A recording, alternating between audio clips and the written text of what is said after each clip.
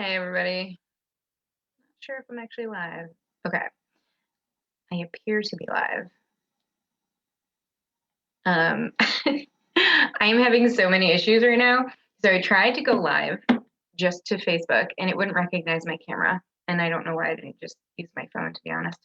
Um, but then I decided to use Zoom and there's such a huge delay. So, hey Kira, if you are commenting and I take like 5 minutes to respond, that's why. So anyway, I just wanted to come on today and kind of, promote my challenges next week, but kind of a pre-work for this.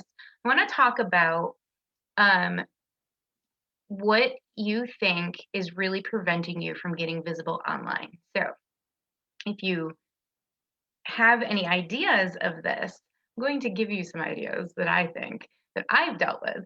But if you have your own idea of what's preventing you from consistently going live or posting very often or on a consistent basis, then I'd love to hear from you in the comments. And then I will address those things if they're different from what I say today next week. And I'll probably bring these things up again next week. But I just want you to be thinking about this stuff as we go into the challenge next week, to really get yourself in that right space to be able to start going live or posting or whatever it is that you're going to be doing. So, in saying that it's being consistent, you might think that that's all you're lacking, but there's really more to it than just posting daily. Being consistent is really all about mindset work. It really leads from your confidence.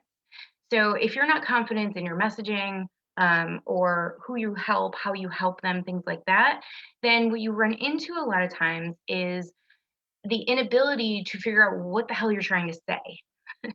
And I may sound like that right now because I'm stumbling over my words, but I'm slightly flustered by the tech issues. So it's part confidence, but then you also, another part of the confidence, it comes from that imposter syndrome that pops up whenever you think about whether you're actually an expert in your field. Or it might come from if you start to notice that other business owners are posting things that are similar to you, and then, maybe you go check them out, they have more followers, perhaps more engagement, and then it makes you think that, oh, they must have more clients. And so you start comparing your business to theirs, and then all that confidence goes right out the window. And then maybe it's that you've actually tried being consistent in the past, but you didn't get the results that you were expecting. So thank you, Kira. um, so I want to let you in on a little secret that is not actually a secret at all because I say this all the time. No one knows what the fuck they're doing. We are all just out here trying to help other people be successful, and we're trying to let them know that we can help them be successful because we're all experts in our own way. We're really all just doing the best we can. Everybody across the board, even the people that you think are super successful, the ultimate experts, everyone is just doing the best they can and figuring it out as they go. Some people have better systems set up, and so it lends them the opportunities to flow better in their business, and they might be bringing in more clients because of those systems. But ultimately, we're all just trial and error, figuring out what works for us, right? So when you stop comparing yourself to others and then you start supporting those people who you actually are seeing as your competitors, you're going to see an amazing boost in your confidence. And here's another secret. Your followers probably aren't following the same people you are.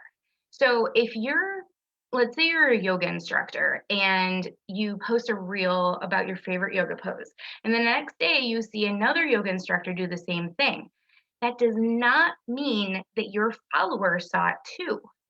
So just keep that in mind whenever you start comparing yourself to other people, other business owners that seemingly do the same thing as you. Maybe nobody who follows you saw that same thing. And even if they did, you have a unique twist on your business because you are not that same person. So the people who are going to hire you are the ones who vibe with you. And so that's something else we're going to be talking about next week is really being authentic in your business so that you're attracting the right clients. Because if you're putting forward something that isn't 100% you, isn't really your personality, and then you get them as a one-on-one client, they're going to see through that pretty quickly, right? So being yourself from the beginning is going to be attracting that right client for you. So now that I'm off my soapbox, I really get on that soapbox pretty often, don't I? Let me tell you a little bit more about the challenge next week. Because as I say, business is challenging enough, so let's make it chill. We will be talking about consistency and planning. So getting consistent, but being able to plan your content so that you can maintain that consistency. So of course, we will also be talking about confidence showing up.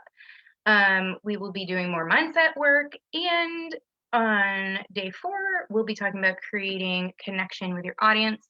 And then on day 5, we're going to do a live coaching with Q&A, so that you can join me on Zoom and get all your questions answered. And I won't be reading from comments and trying to decipher what you're saying, and we can just have a conversation. So let me know if you have any questions about any of the stuff that I talked about today, anything about the challenge coming up. And oh, I did want to mention too that if you register for the challenge by going to withkdb.com/chillenge, you will be entered to win a free one-on-one session with me where we will talk all about visibility. So let me know if you have questions. I'm probably going to be coming back tomorrow if I can get my shit to work. And I'll see you then.